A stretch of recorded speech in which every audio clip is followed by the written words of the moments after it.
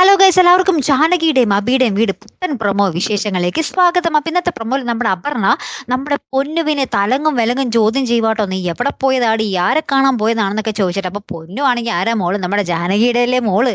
അപ്പോൾ പൊന്നു പറയുന്നുണ്ട്, എനിക്കറിയില്ല അപർണ ചെറിയമ്മ എന്നൊക്കെ പറയുന്നുണ്ട്. അപ്പം നിനക്കറിയാൻ പാടാതെ പിന്നെ നീ എവിടെയായിരുന്നു, എനിക്കറിയാമല്ലോ നീ എവിടെ പോയതാണെന്നൊക്കെ പറയുന്നുണ്ട് അപർണ.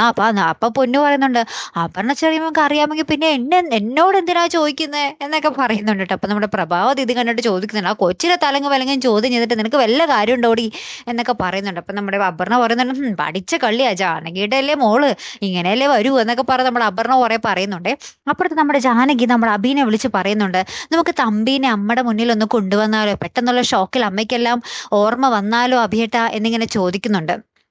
അപ്പം അഭി പറയുന്നുണ്ട്, കുറേ നാൾ മുമ്പല്ലേ തമ്പീനെ പരിചയം, തമ്പി ഇപ്പോൾ ഒത്തിരി മാറിക്കഴിഞ്ഞു, കാലം അയാൾ ഒത്തിരി മാറ്റിയിട്ടുണ്ട് ഇപ്പോൾ.